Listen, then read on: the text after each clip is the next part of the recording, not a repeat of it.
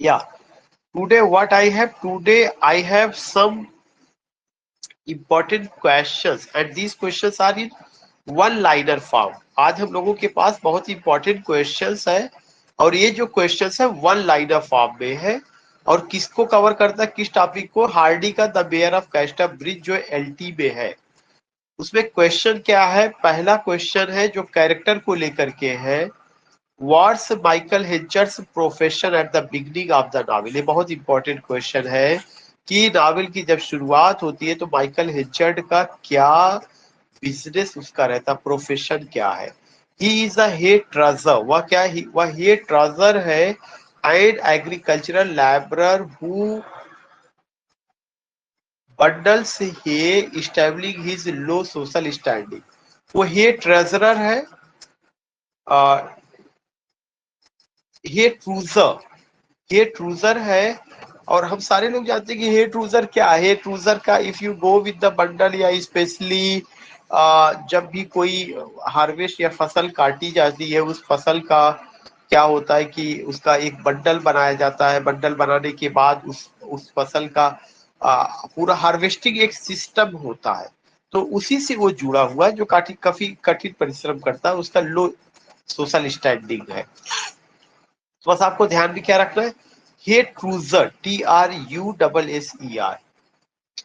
Question number 2 है, what impulsive act does Henchard commit in the furmity tent. कह रहे जो फर्बिटी टेंट है वहां पर हेंचर्ड क्या गलती करता है, क्या वो कमिट करता है। ही गेट्स ड्रंक, वह जो शराब पी लेता है, on rum laced furmity and auctions off his wife, और अपनी पत्नी को बेचता है सुजान, और अपनी इनफैंट डॉटर एलिजाबेथ जेन को बेचता है। किससे बेचता है, एक सेलर से बेचता है। कितने में बेचता है, 5 गुनियाज में बेचता है। तो जो फाइव गिनीज है, जो 5 गिनीज है, ये बहुत इंपॉर्टेंट मायने रखता है। तो what do you see here, you see here कि वो ड्रिंक करता है, अपनी वाइफ सुजान को बेचता है, अपनी बेटी एलिजाबेथ जेन को बेचता है, और किसको बेचता है, एक सेलर को बेचता है, 5 गिनीज में बेचता है। क्वेश्चन नंबर 3 है, what oath does Henchard swear. Henchard क्या कसम खाता immediately after selling his family, जब वो अपनी पत्नी को बेच देता है। He swears on oath not to drink alcohol, वह कसम खाता वह अल्कोहल नहीं लेगा। कब तक, फॉर 21 ईयर्स, 21 ईयर्स तक, the same number of years he has lived, और शायद उसको लगता है कि इतने साल ही वह जीवित रहेगा। तो इसका मतलब ये हुआ उसको ये लगता है कि उसे इतने साल ही जीवित रहना है, और जब तक वह जीवित रहेगा वह अल्कोहल को टच नहीं करेगा, क्योंकि उसको अपने किए पर बहुत एहसास होता है, बहुत दुख होता है। और उसने क्या किया हुआ, उसने अपनी वाइफ सुजान को, अपनी बेटी एलिजाबेथ जेन को बेच दिया एक सेलर से, because he had taken drink. ये सारी चीजें आती है। What role does Henchard attain that signifies his redemption and social rise? कह रहे कि हेंचर्ड क्या चीज प्राप्त करता है, दैट सिग्निफाइज, इस महत्व को दर्शाता है, हिज रिडेम्पशन, उनके रिडेम्पशन और सोशल राइज को, और उनके सामाजिक उत्थान को। ही becomes the mayor of casta bridge and a respected come merchant.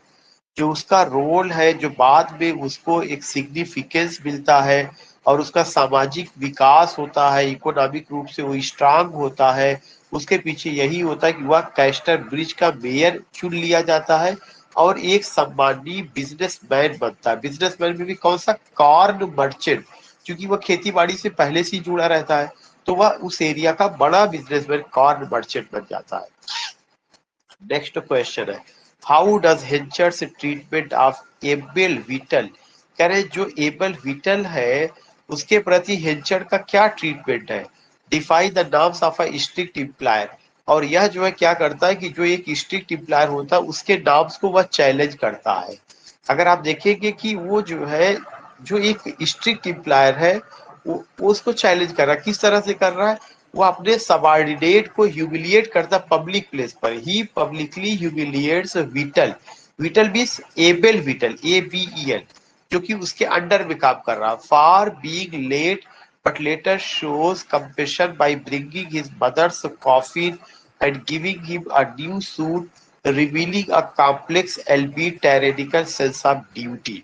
तो उसके दो नेचर नजर आते हैं। एक नेचर में ये दिखाया गया है कि हेंचर्ड अपने नौकर, मैं अगर नौकर ना वर्ड यूज करूं, अपने सबॉर्डिनेट या उसके अंडर में जो काम कर रहा है जिसका नाम एबेल व्हीटन है, उसको क्या करता है, पब्लिकली ह्यूमिलिएट करता है।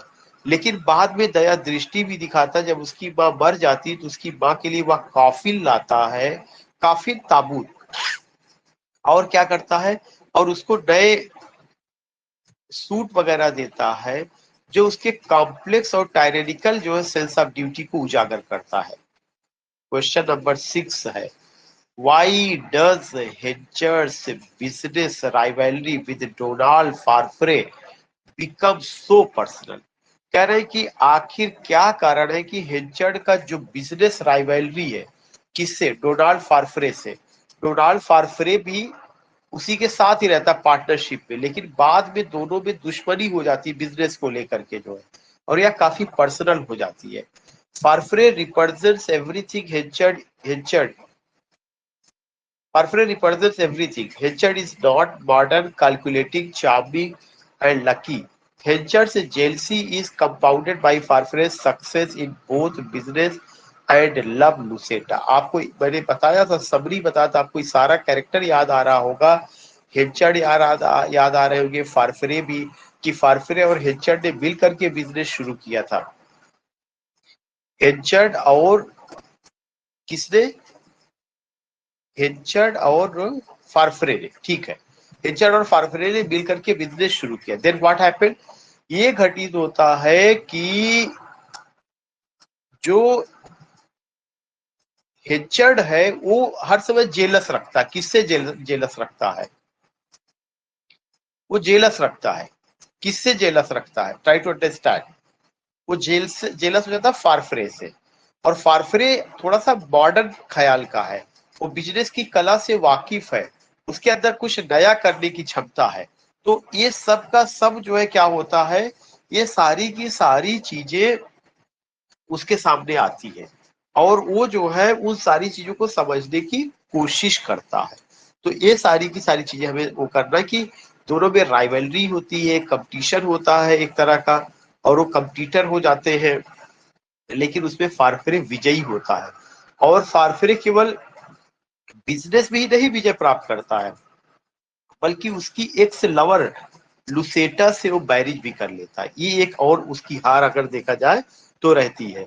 क्यों, क्योंकि इसने तो अपना सब कुछ गंवा दिया, बेटी को गंवा दिया, पत्नी को गंवा दिया, उसके बाद ठीक है इसका उन्नति भी होती है, लेकिन फिर दिखाया गया इसका डाउनफॉल होता। फारफरे इसको एक बड़े post mayor of castor bridge से हटवा देता या हार जाता वहां पर, फिर उसकी जो है बिजनेस को भी खत्म कर देता है, और उसकी विलव्ड को भी जो है क्या कर लेता है, अचीव कर लेता है।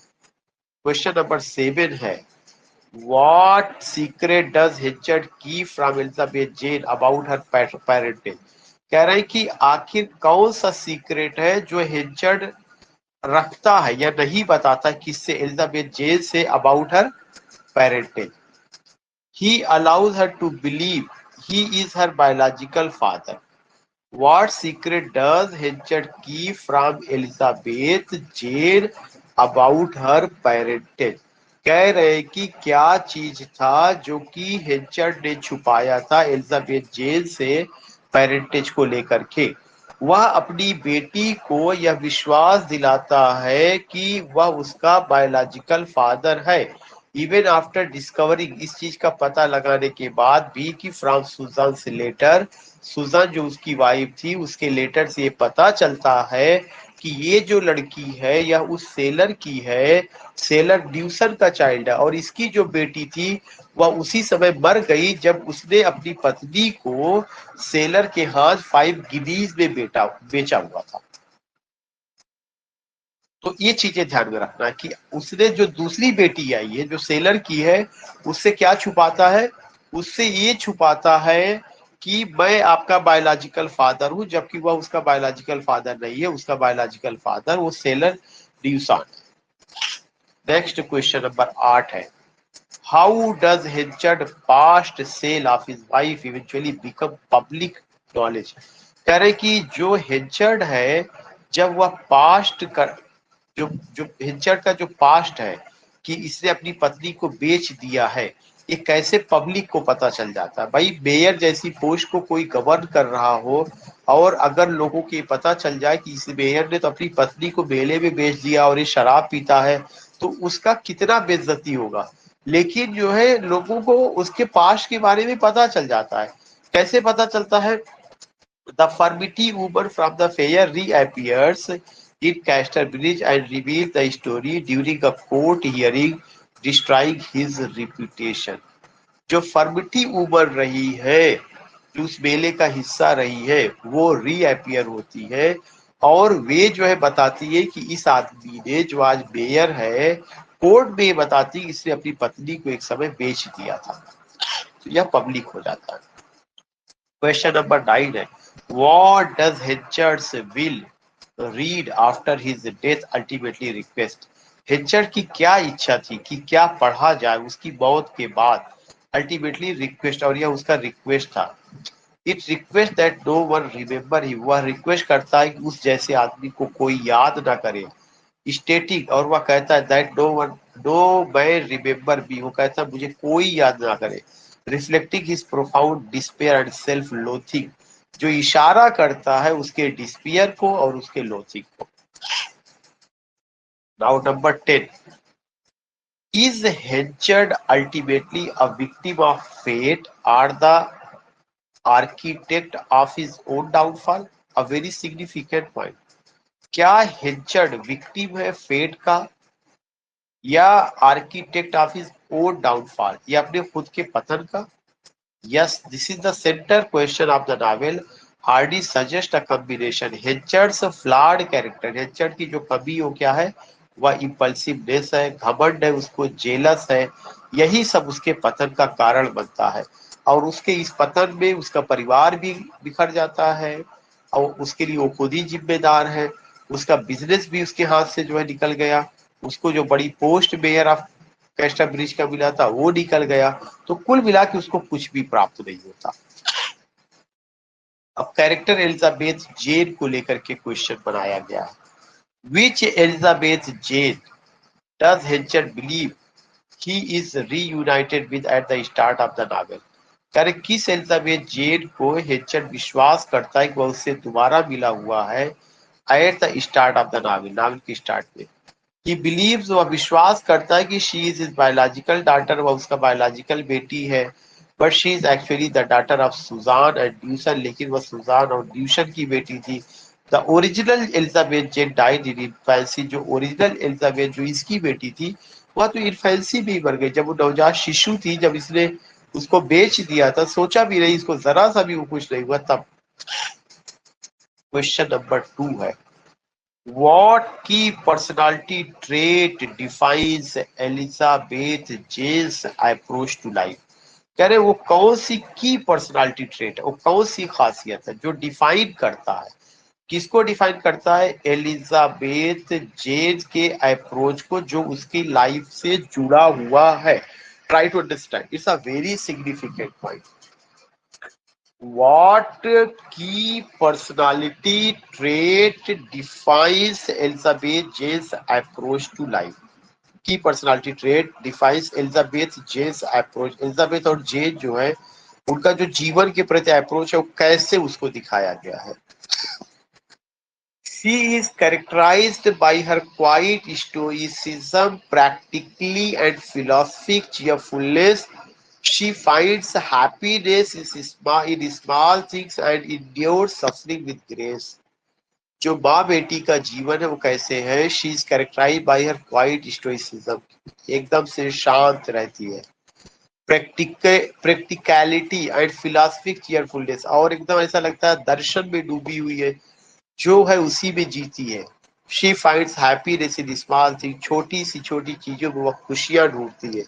And endure suffering with grace, और ईश्वर के द्वारा दिए गए कष्टों को सहन करती है। वह ईश्वर के द्वारा नहीं, जबकि उसके पति ने कष्ट दिया, लेकिन उसको लगता है मेरे नसीब में लिखा हुआ, फिर भी उसको वह सहन करती है। इस तरह की वो लेडी है। क्वेश्चन नंबर 3 है, how does Elizabeth Jane's handwriting play a role in the plot? Elizabeth Jane की जो हैंडराइटिंग और प्लॉट में क्या रोल प्ले करता है? Henchard uses samples of her handwriting to prove to Farfair that she is not an educated lady, a cruel act stemming from his jealousy of their growing closeness. हेंचर्ड जो है क्या करता है, ये दिखाने की कोशिश करता हुआ हेंचर्ड यूजेस सैंपल्स, किसका सैंपल यूज करता है? अपनी बेटी का सैंपल यूज करता है, उसकी हैंड राइटिंग का।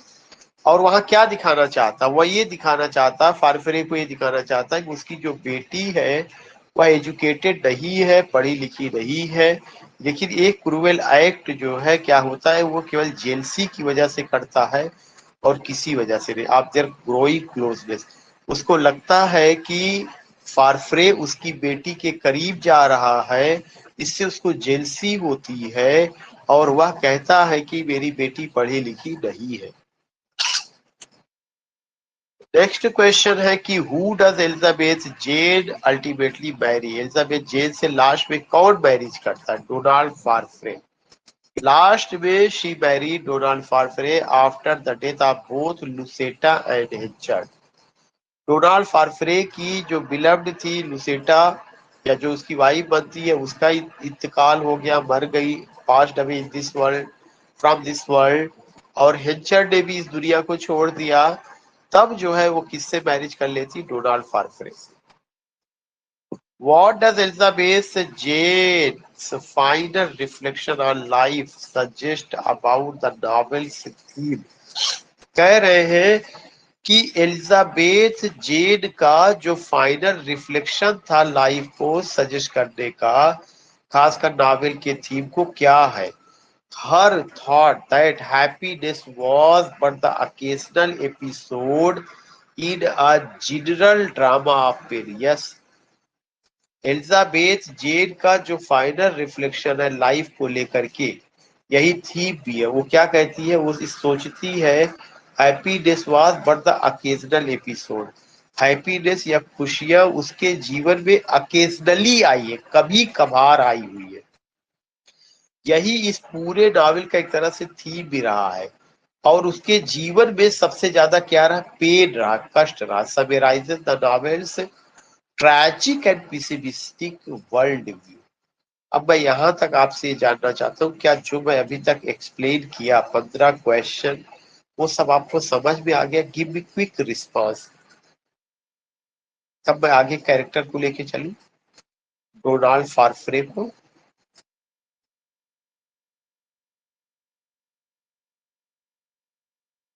Okay, yes, okay, okay, Razia, Neha, Razia, Bashir, Fakir ji, Junaid ji, Saba ji.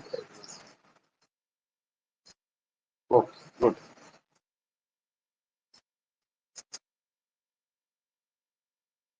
Now we have another character, उसके ऊपर वन लाइनर क्वेश्चन है।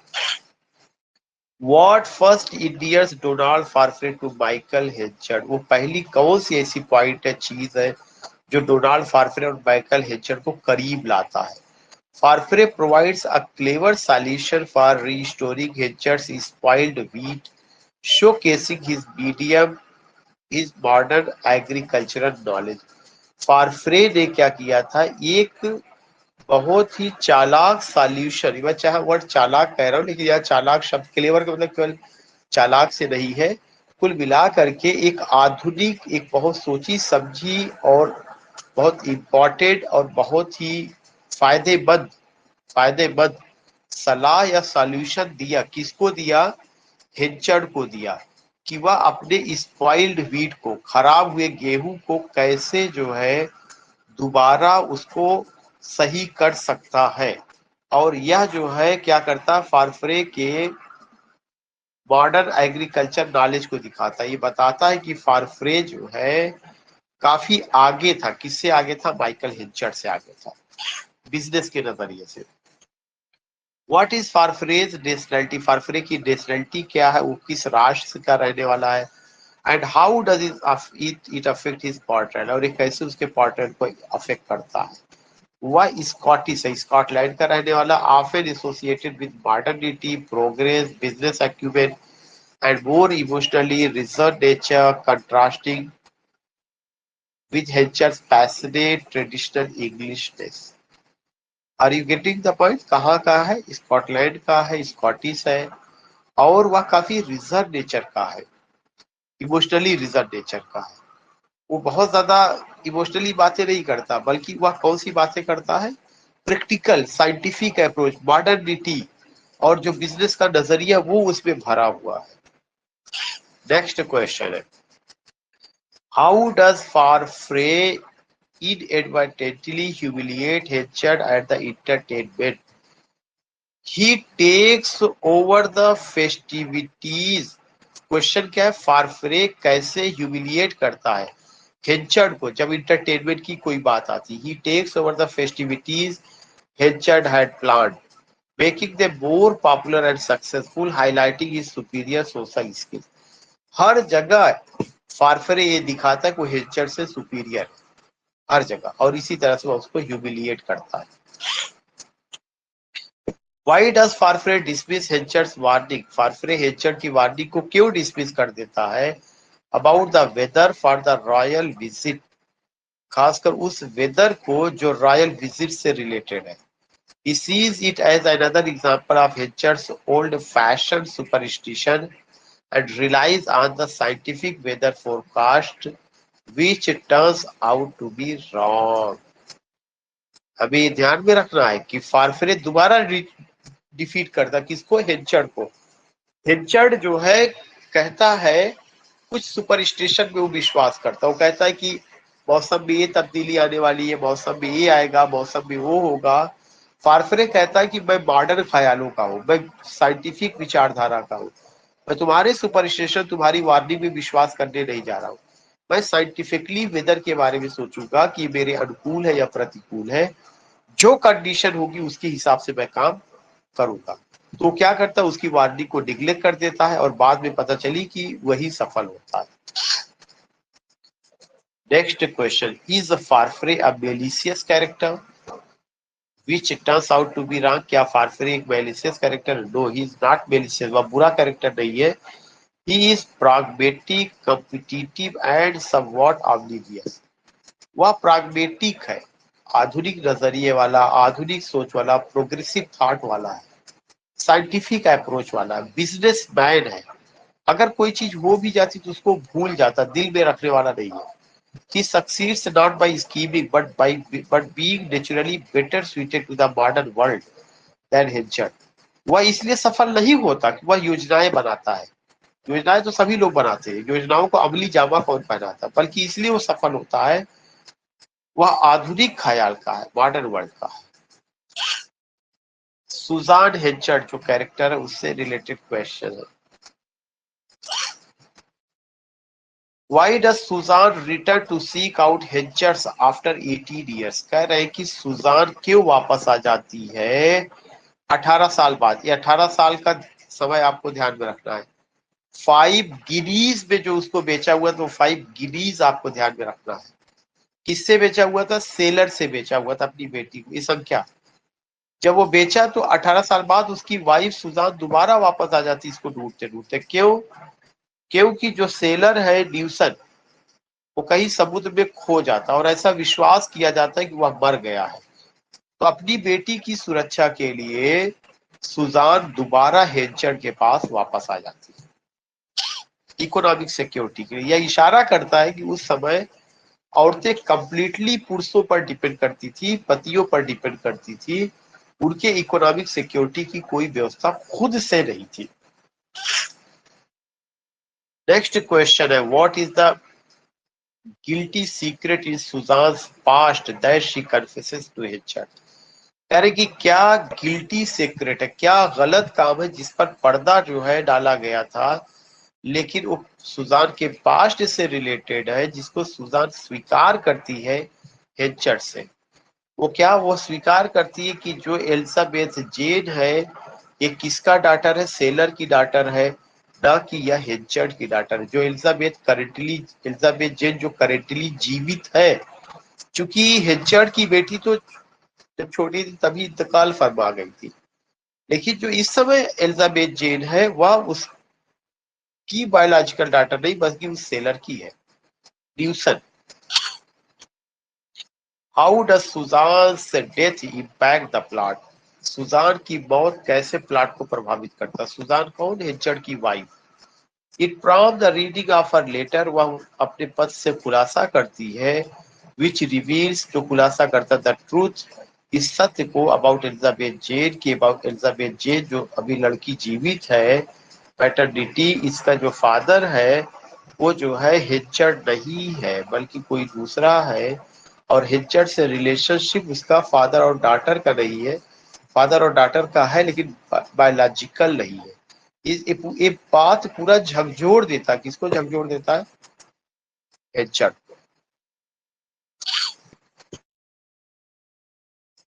देन यू फाइंड लुसेटा को लेकर के, what is Lucetta's connection to Henchard from before she arrives in Casterbridge? कह रहे लुसेटा का क्या कनेक्शन है हिचर्ड से जब वो कैस्टरब्रिज आती है? She was his mistress in Jersey, वह उसकी मिस्ट्रेस इन जर्सी में, आफ्टर ही सेव्ड हर, जब उसने उसको बचाया था, फ्रॉम अ ब्रूडस सिचुएशन, एक बुरी स्थिति से, and they had plan to marry, और उन्होंने प्लान किया था कि वो शादी भी करेंगे। तो लुसेटा का जो कनेक्शन हिचर्ड से है, हिचर्ड जब कैस्टर ब्रिज आती है तो उससे पहले ही दोनों की मुलाकात एक जगह पर हुई। कहां पर? जर्सी में। और जर्सी में जो हिचर्ड है उसने लुसेटा को बचाया था एक बुरी सिचुएशन से जो है, और उस सिचुएशन से जब वो बचाया था तो they fall in love and plan to marry, इस तरह का सिचुएशन हुआ। लेकिन आप देखते हैं कि मैरिज नहीं हो पाती है। जो लुसेटा है वो जो है फारफ्रे के साथ चली जाती है और इस तरह से अपने प्यार को भी खो देता है।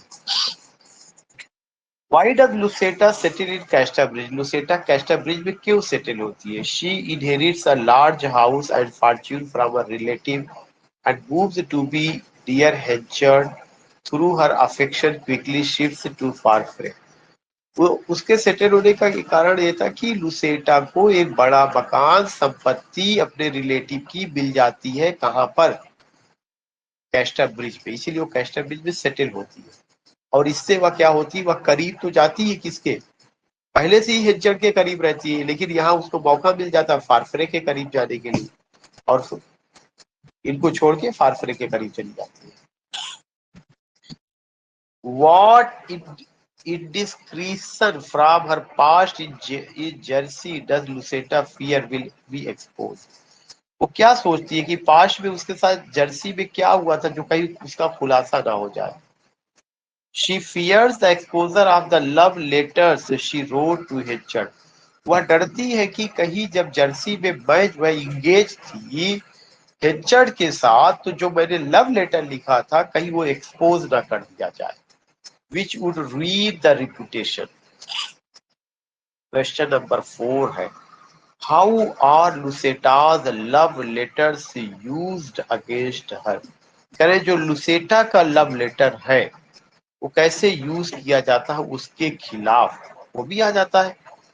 जॉब, जॉब एक जो कैरेक्टर है सीकिंग रिवेंज, जो बदले की भावना से, for being rejected as an steward, जिसे लुसेटा ने रिजेक्ट कर दिया था। रीड्स देम अलाउड, वह उसके लेटर को पा जाता है और जोर जोर से पढ़ता है। एट द पीटर्स फिंजरीन में, एंड देन इसकी bitty ride is organize to publicly humiliate, और तब जो है उसको ह्यूमिलिएट किया जाता है। तो उसके लेटर का खुलासा कौन करता है? जॉब करता है। What is the direct cause of Luceta's death? Luceta की मौत का कारण क्या है? She suffers a seizure. Seizure एक fit है brought out by the shock and horror of witnessing the Skibidi ride effigies of herself and Henchard. लुसेटा की death का सबसे बड़ा कारण शॉक लगना कि उसके लेटर का खुलासा किया गया जो उसने लव लेटर लिखा हुआ था हिचर्ड को। तो गांव वाले पब्लिकली क्या करते हैं, उसकी और हिचर्ड की एफिजी, एफिजी क्या है? एफिजी का मतलब आप ये समझिए कि उसकी मूर्ति, उसकी मूर्ति जैसा, लेकिन अब वो मूर्ति कैसी थी, उसको बना करके घोड़े गधे पे बैठा करके पूरे गांव में घुमाते हैं, तो उसको बहुत शौक लगता है, उसकी डेथ हो जाती है। Now we have some secondary characters. Who is Joshua Jopp? Joshua Jopp कौन है and what role does he play in Henchard downfall? और वह हेडचर के डाउनफॉल में कौन सा रोल प्ले करता है? He is a jealous and resentful farmer, employee of Hatcher। वह Hatcher का employee है, who becomes the instrument of revenge, जो बदला लेना चाहता है, by delivering Luceta's letter। वो लुसेटा के लेटर को to the फर्बिटी वुमन को दे देता है, and engaging the स्कीमिडी राइड, और स्कीमिडी राइड में इंगेज होता है। तो अगर आप देखिएगा, वो जोशुआ जॉब है जिसने इस घटना को अंजाम दिया। कौन सी घटना को अंजाम दिया? वह इस घटना को अंजाम देता है कि वह इस घटना को अंजाम देता है कि क्या घटना? कि जो लेटर लुसेटा का था, वो लेटर उसके हाथ में लगता है, खुल करके उसको पढ़ता है और देता है, फिर पूरा जुलूस निकालता है। ऐसा क्यों होता? क्योंकि उस समय इस तरह के सीक्रेट लव वगैरह एक्सेप्टेड नहीं थे। अभी एक आपको एडल्ट्री वाला नॉवेल पढ़ाया गया था, और आपने इसको देखा कि किस तरह से लव अफेयर चल रहा था, और उसका खुलासा हो जाता है। तो पब्लिक ही जो है क्या कर रही है, लोगों को पनिशमेंट दे रही है। नेक्स्ट है, what is Abel Whittle's defining characteristic? Abel Whittle का डिफाइनिंग कैरेक्टरिस्टिक क्या? He simple, perpetually late and devoted to his mother, evoking a mix of irritation and pity from Henchard. Next character, who is Mother Cookzom? Cookzom. Cookzom. Who is Mother Cookzom and what significant story does she tell? She is a village gossip. वो गांव में बतूरी औरत है, या जो who vividly recounts Suzanne's deathbed, जो सुजान की death bed के बारे में बताती है कि उसकी डेथ कैसे हुई। Wishes and the placing of the pennies of her eyes, emphasizing the superstition of folk tradition and the region। और वह जो है उस क्षेत्र के अंधविश्वास को भी लेकर के बात करती है, सुजान की डेथ बेड को भी लेकर के बात करती है। ये सब कैरेक्टर इंपॉर्टेंट नहीं, नाम सुने रहिए। Who is the mysterious Farbiti woman कौन है? What is her function in the plot? She is the catalyst, वह उत्प्रेरक का काम करती है for the public revelation of Hatcher's past crime। Her reappearance acts as a symbol of inescapable fate। Who is Richard Newson? Richard Newson कौन है? And how does he disrupt Hatcher's life a second time? कैसे वो second time वो करती है? Richard न्यूसन seller है, ऐसा उसी से उसने अपनी पत्नी को बेचा हुआ था। ऐसा लगता है कि वो समुद्र में डूब गया है, लेकिन वो जिंदा रहता, वापस आता और अपने परिवार पर दावा करता है। तो ही इज द सेलर, वो सेलर है हु बॉट सुजन, जिसने सुजन को खरीदा था। He returns alive and well to reclaim his daughter Elizabeth Jane, destroying Henchard's last chance at familiar happiness. और जो हिंचर का चांस बचा था कि परिवार में उसको सुख की प्राप्ति होगी, बस अब उसको खत्म कर देता है। What is the significance of the novel subtitle The Life and Death of a Man of Character? जो नावल का सब टाइटल है वो क्या है? The Life and Death of a Man of Character।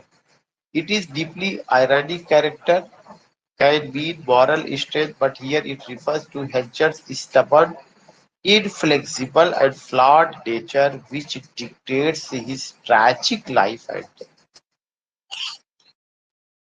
What is the significance of the novel subtitle? ये चीज ध्यान में रखना, उसका सब टाइटल क्या है? The life and death of a man of character. Life and death हम देखते हैं किसका? मैन ऑफ कैरेक्टर का, हेंचर्ड का। कैसा उसका लाइफ होता है? लाइफ का मतलब क्या हुआ? उसका प्रोग्रेस कैसे एकदम मर चुका है, पहले तो ड्रिंक करता है, फिर अपनी पत्नी को बेच देता है, बेटी को बेच देता है, फिर उसके बाद उसका अचानक उन्नति होता, उत्थान होता। वो जो उत्थान है दैट इज लाइफ। मेयर बनता है, बड़ा बिजनेसमैन बनता है, फिर उसका डेथ भी होता, पतन भी होता। पतन कैसे होता है? Pair of castor beach post चली जाती है, परिवार के सारे सदस्य हाथ से निकल जाते हैं, खुशियां नहीं रहती है, और जो बिजनेस था वो भी जो है फारफरे ले लेता सब। How many years between the sale of Susan and her reappearance, कितने साल बाद सुजान वापस आई थी? 18 साल बाद। What event causes Henchers to break his oath of abstinence? His despair and jealousy over losing Lucetta. कह रहे कि उसका जो डिस्पेयर है, जो जेलसी है कि उसने लुसेटा को खो दिया। Farfrae drive him back to drinking, इसके बाद वो अपने प्रॉमिस को भूल जाता है और वह क्या करता है, वह फिर से शराब पीने लगता है। एक चीज ध्यान में रखना, उसने प्रॉमिस क्या किया था कि वह 21 साल तक शराब को हाथ नहीं लगाएगा। It's a new point. लेकिन वो क्या करता है, फिर से शराब की दुनिया में वापस आता है। क्यों? क्योंकि लुसेटा को फारफरे ने ले लिया, उसके प्यार को छीन लिया।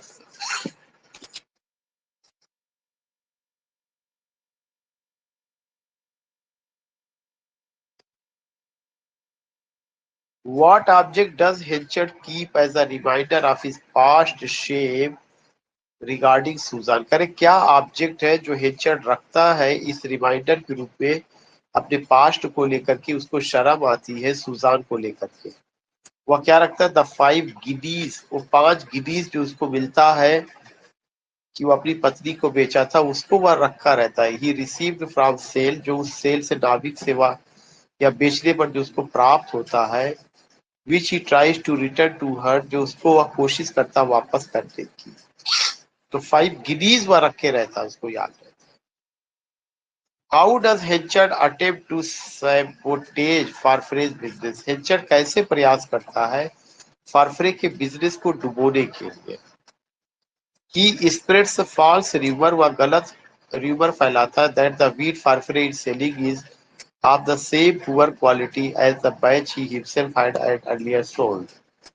वह उसके बिजनेस को खत्म करने के लिए गलत गलत बयानबाजी करता है। और कौन सी बयानबाजी करता है? वो गलत बयानबाजी ये करता है कि इसके गेहूं की क्वालिटी अच्छी नहीं है, बहुत ही खराब है, और वैसी ही खराब है जैसे कि उसने खुद बेचा हुआ था। नेक्स्ट क्वेश्चन है, what prevents Henchard from attacking Farfrae in the bar? वो कौन सी चीज है जब हेंचर्ड अपने आप को रोकता है? वो फारफरे पे अटैक करना चाहता था लेकिन फिर भी रोकता है। इन द बॉर में ही विटनेसेस फारफरे, वह प्रे साक्ष्य बनता है फारफरे का।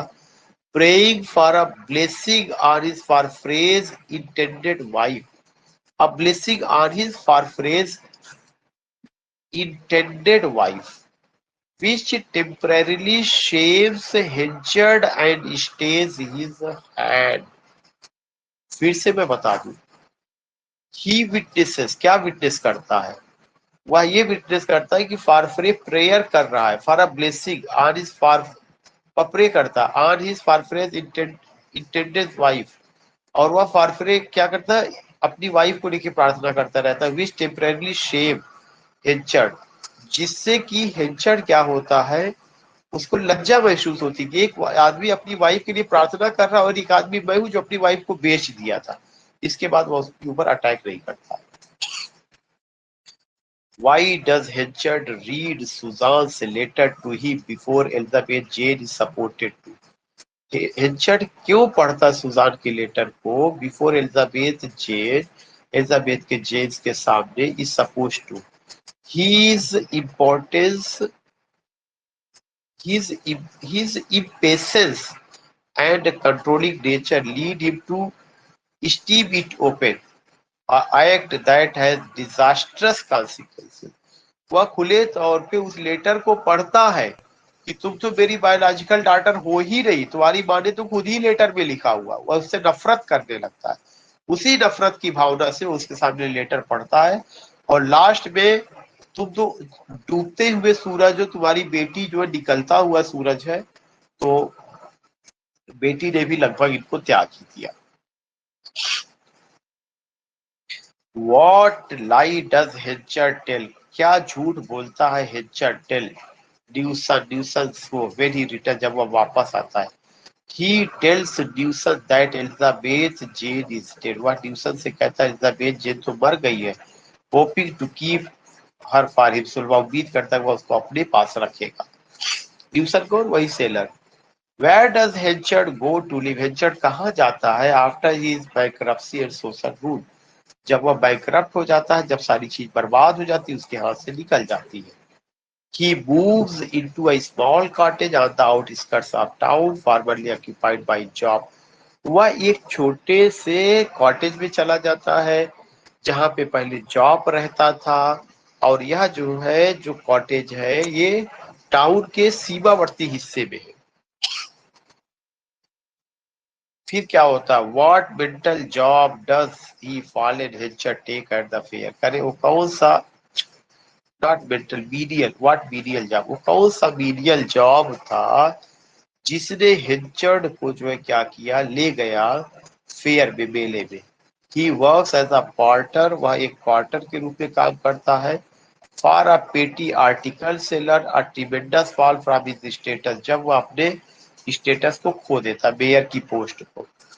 नेक्स्ट है, what final desperate act does Henchard plan for Farfrae, वो कौन सा फाइनल एक्ट था जो हिंचर्ड प्लान करता फारफ्रे के लिए। He plans to kill Farquaad, वह प्लान बनाता है, वह फारक्वेड को मार देगा, and then himself during a wrestling match, but is again unable, लेकिन वह उसे मार नहीं पाता है। How does Elizabeth Jane discovered Hitcher's lie to Dewson? Elizabeth Jane को कैसे पता चलता है कि हिचर ड्यूसन से झूठ बोल रहा है कि मैं जिंदा नहीं हूँ? एबल व्हिटल के माध्यम से। Abel Whittle inadvertently reveals that Dewson had been asking for her, Dewson उसको लेकर के पूछ रहा, that had Henchard had turned him away, और हिचर्ड ने जानबूझ करके उसको उससे दूर कर दिया है। एक समय तो तुमने लेटर पढ़ दिया था, उसके सामने खुलासा कर दिया कि तुम मेरी बेटी नहीं हो, मैं तुमसे नफरत करता हूँ, और जब ड्यूसन उसका फादर आता है तब तुम उसको छुपाने की कोशिश करते हो कि तो मर गई है, ये नहीं है। लेकिन जा करके कौन बता देता है, एबेल व्हिटल बता देता है एलिजाबेथ जेन से जो है। What gift does Henchard prepared for Elizabeth, क्या गिफ्ट हिचर्ड प्रिपेयर करता है एलिजाबेथ जेन की वेडिंग डे पर। A gold finch in cage, वो एक गोल्ड फिंच की केज में, बट इट डाइज, लेकिन यह मर जाती है, symbolising his own dead hope for reconciliation, शायद यह वह उस उम्मीद को दिखाता है कि अब उसकी मुलाकात उसकी बेटी से नहीं होगी।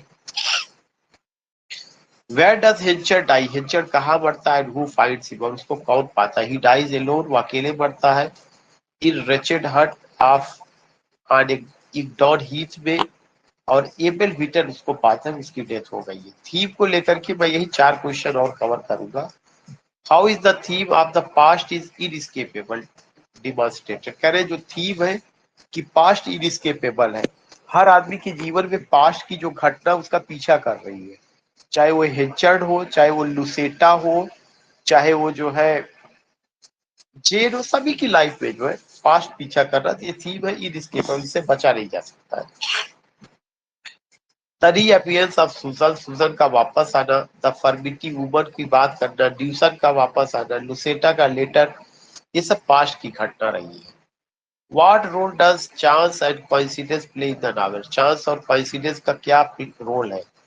इट इज पैरामाउंट, इसका रोल बहुत इंपॉर्टेंट है। The random return of the furmity woman का आना, ड्यूसन का वापस बच करके आना, ड्यूसन को समझ गए थे मर गया है, लेकिन समुद्र में डूब गया, उसको वापस आता ना, तो ये क्या है, फेट और चांस ही तो है, इसमें कोइंसिडेंस हो रहा है। all are coincidence that conspire against each other. Question number 3 है, how does Hardy explore the conflict between tradition और मॉडर्न वे, हार्डी ने ट्रेडिशन और मॉडर्न वे को कैसे एक्सपोज किया, वही जो ट्रेडिशन और मॉडर्न वे का है, बिजनेस को लेकर के, फारफ्रे मॉडर्निटी ख्याल का, मॉडर्न ख्याल का है, हेंचर ट्रेडिशनल ख्याल के, Henchard represent traditional instructional and personal business practices, while Farfrae represent modern scientific impersonal efficiency. Farfrae's victory signifies the unstoppable march of progress. आज की क्लास का लास्ट क्वेश्चन है कि what is the significance of the various contracts and promises, जो तमाम contracts हैं, जो तमाम प्रॉमिसेस हैं नावल में, उसका क्या महत्व है। The novel is full of broken and problematic contract, the wife sale, पहला कॉन्ट्रैक्ट है वाइफ सेल का, दूसरा है हिचड़ की कसम खाने का, तीसरा है बिजनेस एग्रीमेंट का, मैरिज प्रॉमिसेस है, ये सब का सब है। होते, they highlighted the fragility of social power. So Razia ji, Saba ji, Junaid ji, Mubashir ji, Rani ji, Rajkumar ji, Ishrat ji, Neha ji and Haqeeq ji, most welcome you all. I have done my job और बहुत इंपॉर्टेंट क्वेश्चन आज मैंने कवर कराया. रिमेनिंग क्वेश्चंस के साथ मैं कल चलूंगा. And I hope you all have enjoyed the session. You all have enjoyed the session. Let me know. You can unmute yourself. Give me your feedback also. Sabah nice class. Rani is writing yes, sir. Okay. Okay. So I hope you all have enjoyed. You all have enjoyed. Meet you tomorrow.